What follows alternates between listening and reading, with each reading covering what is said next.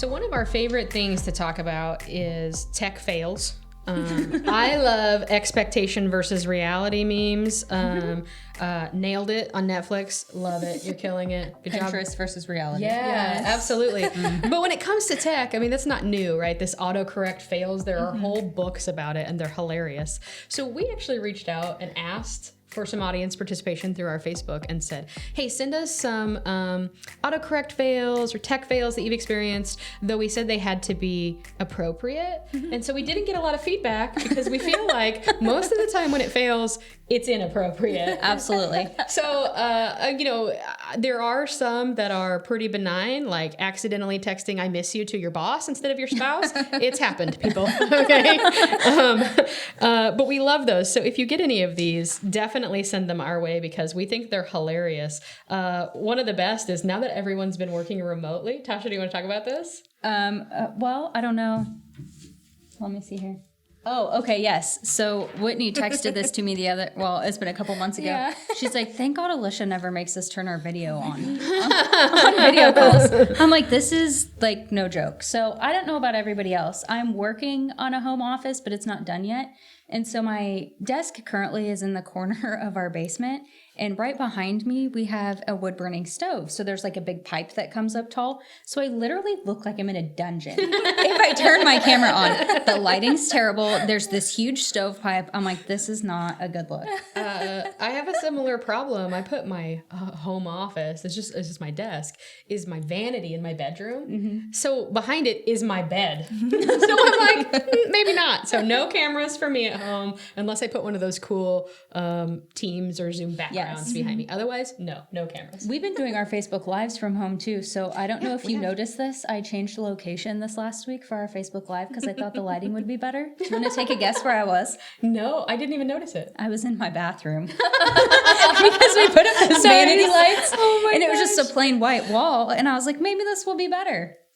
These aren't tech fails. These are like tips and tricks. Yes. I mean, this is better. I do have a fail. Yeah. So this again is embarrassing. I was on a call with a vendor that we're working on setting some new stuff up with, and we're like 20 minutes into the call. It's supposed to be like 45-minute call, and I get this pop-up on the bottom of my screen that says your computer will restart in 5 minutes, and it starts counting down, and I'm like, this is not good. This is like the final countdown. And so I hop on the unmute, and I'm like, I'm really sorry, but my computer just said it's going to restart in 5 minutes, and I already postponed it yesterday, so I can't get out of it. It's mission impossible. It's absolutely going to shut down in 5 minutes.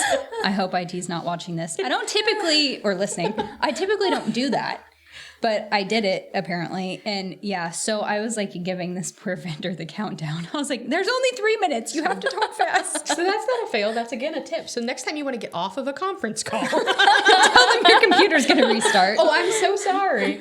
Yeah, that's funny. So it was...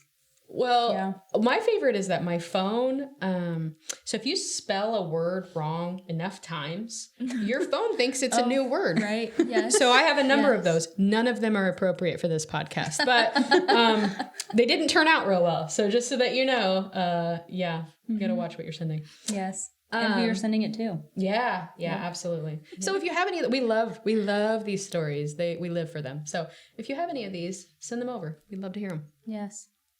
The other thing that we've experienced with some tech changes over the last year is obviously more working from home. We've sort of changed our schedules. We're all kind of hybrid, what days we're in the office. And some people are thriving. Bless you. I'm not one of those people. I don't do well with this routine change. I get distracted at home. So I go to the office most days. And since I have my own office, I'm able to stay isolated and it works out well. But I think I mentioned earlier in this recording that I also have insomnia. So we've got a dangerous combination going on here of no sleep and a mixing of the schedule. So what happens is sometimes I'm running late and I might think it's Saturday and it's not. So that has happened. And so now we've instituted Fresh Face Friday, where we don't wear makeup to work on Fridays, mostly because I've barely gotten out of bed. So this is another reason why I can't turn my camera on when I'm at home. Not only is the background terrible, on the mornings that I work from home, I run into town and work out with a group of girls, which I love, and it really helps kickstart my day. But that also means I'm not putting on makeup and I'm not doing my hair. See, this is COVID positive.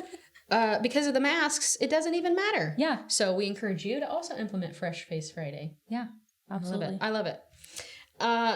We also have a number of other things that happen in our office that are notable. So Whitney's really new. Whitney, how long have you been here? 8 months. I started in June. 8 months. Yeah. So she's like brand new, and she came in and we were like, hey, we like to have fun at work, just so that you know. And she's like, okay, yeah. And we meant that like you spend a lot of time at your job. You spend a lot of time with the people that you work with. And so it should be fun. You should have a good time. So we do. So we initiated Whitney into Scaretober, which is something we do in October. You want to talk about your experience there? Yeah, so Alicia and I, we went to the North Store in Hayes, and Sean was running a little bit late, and so we kept going in and out of the bathroom because we were hiding in the women's bathroom because that's where the door, where people can clock in. But we were hiding in the bathroom, and we were going in and out of the store sales floor, and Sean wasn't coming. And so Jason told us that he was on his way, and so we're like, okay, we're gonna hide in the bathroom. We're gonna stay in here, and we hid in there, and then we hear the door open, and then we go boo, really loud. I'm not gonna yell into the microphone, but you get it. And he was like, oh my gosh, It was a good one. We got him good. it was really good. So all of the month of October, we try to record ourselves scaring other employees, and then we submit them. Check out our Facebook. We post a video of all of the best ones every year, and some bloopers because it's really funny. But we got Sean good because no one's ever gotten Sean, so we were very excited about that. And then we have a traveling trophy. So hats off to Lisa. Lisa currently has the trophy because she scared a number of people. Please note, Lisa's HR. Yeah, seriously. We don't play. She got me really good, but I lucked out because the video wasn't great. But she did scare me really, really good. On the flip side of that, Channing, our B2B manager, got Lisa really good. Yeah. He was standing in the hallway and she came out of the bathroom. You could hear her scream throughout the entire building. Yeah. So we do that every October. So look for that. But that's not the only thing. We do a lot of other fun things around the office. Tasha, what's your favorite office shenanigan we've done? Okay, so we do these frequently. One that I did shortly after I started, when I first started, I was over in some cubicles that we have, and I was sitting right next to Ian, who was our sales manager, and he apparently didn't know me very well yet. And this was when I started working in marketing. So I'd been with the company for about 3 years, but I'd been out in our retail sales store first. So I knew of Ian, but we weren't super close or hadn't worked a lot together. So he was gone one day, and I can't remember who helped me, but we saran wrapped everything on his desk. I saran wrapped the top of his drawers. Everything that was visible was saran wrapped, and I thought it was awesome, and it was. And he came back to work, and it took him forever to figure out who it was. He even went so far as to say, somebody said, well, do you think it could have been Tasha? And he said, no, she's just not really... He didn't mean it mean, but the way I took it, I was like, are you saying I'm not smart enough to come up with this on my own? So it took him forever to finally figure out that it was me.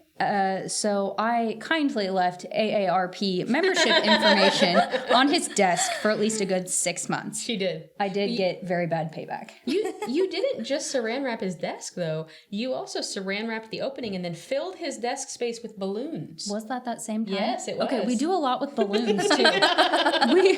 Yes. Okay. That's your punishment for taking a vacation. I mean, if you're out for an extended period, we want you to know that we missed you, and we do that by welcoming you back. Yeah, absolutely, in a very festive way. So I have seen. I'm not gonna say which ones of these I've participated in, but someone's desk got Taylor Swifted. Yes. Someone's desk got Hasselhoffed. Mm-hmm. Explain Hasselhoffing, though. I mean, your desk is covered in photos of David Hasselhoff. And we got a big Tupperware container and filled it with sand and hid all of the scissors, stapler, tape dispenser, paper clips, rubber bands in the sand. It's like a sandbox for your desk. You heard her. She said we. I don't know who those people were. I mean, not me. Some people were doing it. Allegedly. Well, yes. I don't know why. And then that same tote came back to me.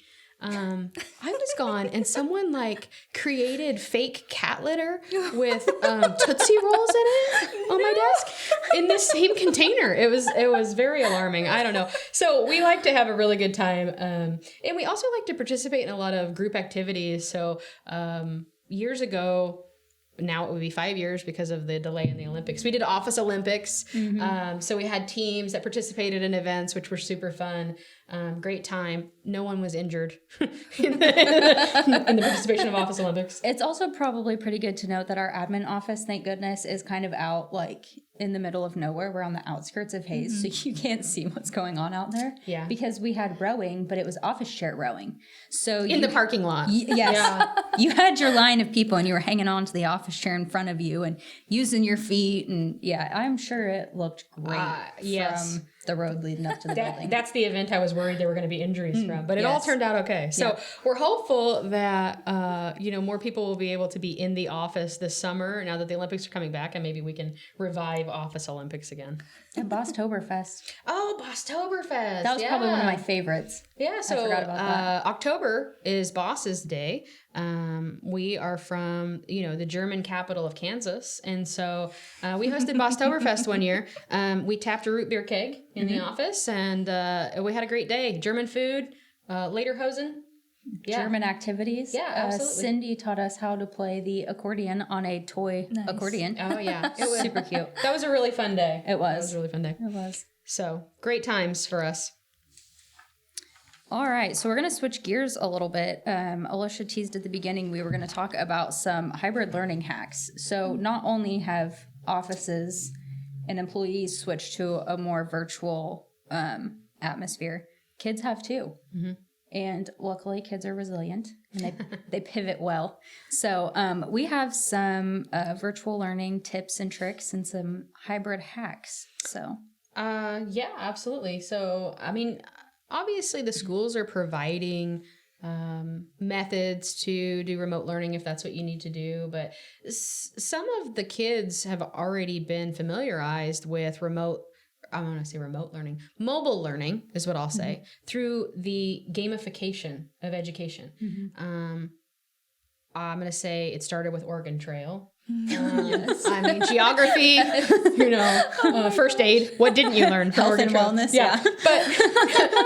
But since then, there are entire websites, there are entire apps devoted to education that's fun for kids that turns it into a game. And so we talk a lot about that coming from a mobile space, but not just a mobile space. You're getting more educational gaming in various aspects. So I actually bought my nephews maybe 2 years ago for Christmas. I bought them a board game called Robot Turtles.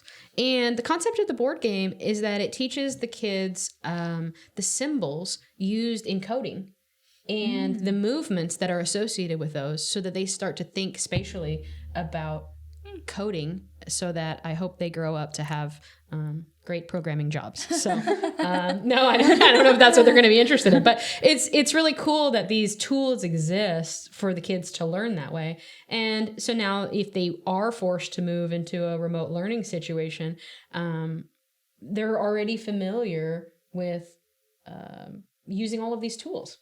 Absolutely. I think you had also brought this up to the multiplication tables wrap. Yeah. There's tons of great resources, even just on social media sites and on YouTube. Yeah. So much content being created that, if your kid is struggling with some concept, you can go out and find a variety, whatever method's going to appeal to them. If they're into music, getting it in a song might help them. They memorized Baby Shark so fast. Yes. They can get the multiplication tables too. They can do it. So there's a running joke on the internet, right? That's like, you paid thousands of dollars to go to college and you couldn't get it. And then you got on YouTube and watched an Indian guy and suddenly you understand statistics. So, Khan Academy is available on YouTube and you can just watch a number of videos. It's just a different way for something to be explained to you or a child to help you learn. So there's just an endless possibility of resources out there. Well, and I don't know about everyone else. At the end of last school year, when everyone was out of school from pretty much spring break until the end of the year, My daughter was only in her second year of pre-K, but she would come home and we would need to do some of her school stuff. And wow, that was difficult. It was really hard. So I found apps to supplement because I'm sure you know how kids' attitudes are. Yeah. When they're tired, it's the end of the day. You've been at work. She was at daycare. It's like, okay, you have to learn something. I am not a teacher. They're the best people ever, but I don't know how to do this. So ABC Mouse was a great resource for us. There was a princess app because she's a little girl and of course she loves princesses. So she could color in there. It would work on her colors, her letters, her numbers. There was even books and it would read her the book. Nice. And of course, this is a much better alternative than having to hang out with mom because that was just not good. But also along with apps, there's some accessories too. So we actually worked with a local high school.